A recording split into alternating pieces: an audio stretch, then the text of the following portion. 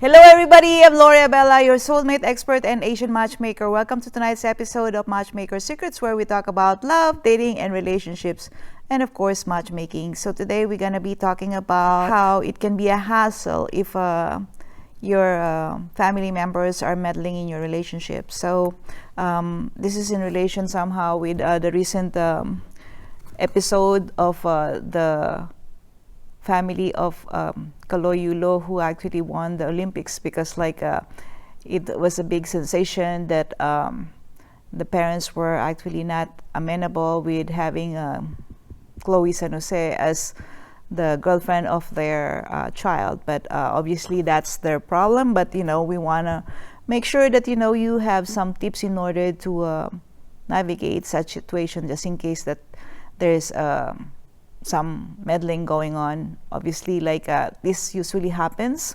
to those people who have close family needs. So usually they're Asians, but there are also some Europeans who have the same kind of bond together with their family members, and obviously those people also who have mama's boy situation or whatever they have. Obviously, I think the main point over here is to understand their concern. So everybody who is a parent is actually concerned with their child.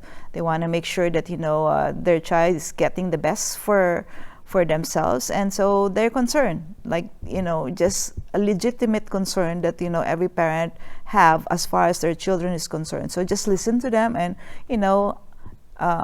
pacify them, tell them this is how you think, and actually this is your life, so you have to make sure that they understand that one, and you have to address the issue, because otherwise it's going to be a forever issue if you're going to be able to if you're not able to pacify their worries, and actually encourage them to ask questions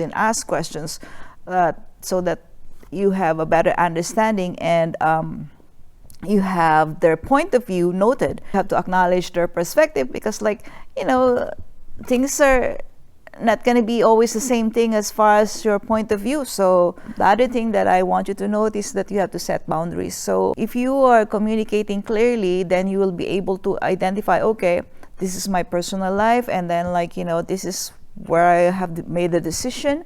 Once you're an adult, you can make your own decision, and then just be strong with particular decision that you have, because you can make mistakes, but of course that's the mistake that you make, and it's not the responsibility of your family to actually take the fault, but that's the way it is. Your parents has to realize that, okay, this is your decision, and then you have to leave them from the idea that, okay, that they didn't do well. You have actually heard what they wanted. That's the first thing that I was talking about. Understand their concern, and then make a decision and find out is it logical, whatever they are trying to tell you. If you want to set your boundaries, be consistent about it. Don't always change your mind, I have to appease them, and then I'll bend the rules. No, don't do that, because apparently it's gonna be a problem later on. And then when you're setting boundaries, you have to include your partner in making these boundaries together with your family members. It's not just all the time it's the family member of one side, can be both sides as well. So just be a person who's going to be listening to both parties. Share some positive aspects of your relationship so they can understand, okay, where you're coming from, and where do you want to be, and tell them how much you value this person, because obviously in the end it's all about the values which the other person is actually sharing, and you have to show your responsibility as well. Okay, I can take care of myself, I can be able to manage everything which is related to my relationship, and you have to be thoughtful of these relationship choices that you have. It will also help keep them informed, but don't expose too much. Keep it at a minimum, wherein they just your relatives or family members are aware of a certain point. Doesn't necessarily mean that you have to share to them all the different things which is happening in your relationship, because like how can you actually be maturing in your relationship if you're actually telling everything to your family members? And so when you are meeting with your family members, you have to be in a neutral ground, especially if they are not, agreeable with the partner that you have chosen. So suggest a meeting and then make it face to face. It's much more easier than the common methods nowadays, like, okay, everybody's texting, everybody's doing messenger, different applications.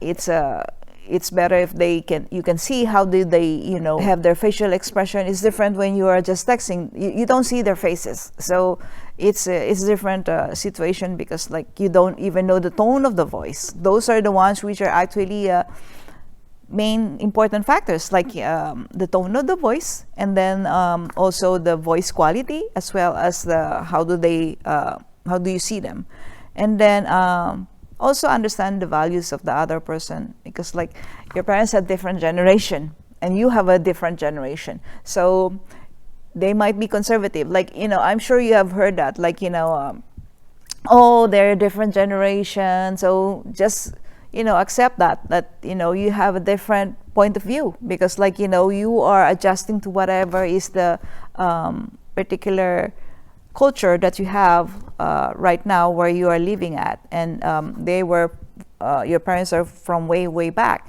so there's a gap, and whatever they have experienced before is different from what you are experiencing right now. So the value of relationship before is different from the value of relationship now, so you have to also keep that into consideration. And then evaluate your relationship. You have to be able to reflect on those concerns that they have, because as I was saying, sometimes they also have their point that you should be considering, and then you have to be sure that, okay, you are clarified with whatever they want. Obviously, the bottom line is always that they love you. That's the reason why they just want you to have the best for life. And talk it out with your partner, whatever is the concern is, and then be patient, because everything takes time.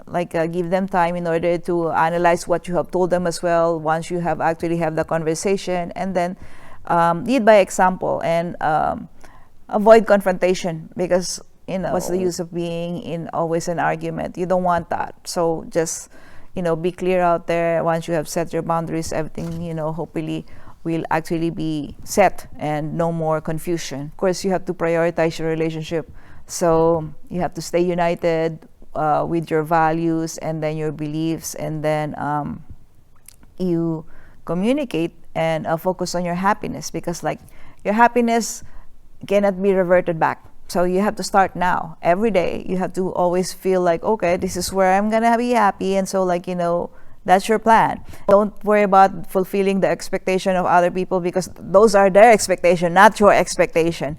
And make decisions together with your partner so that you are aligned.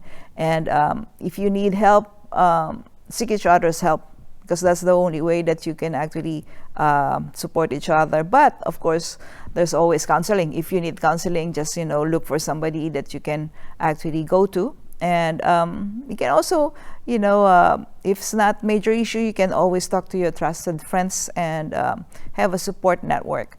I believe that, the young generation right now, they are much more team-oriented, so they're always seeking for support.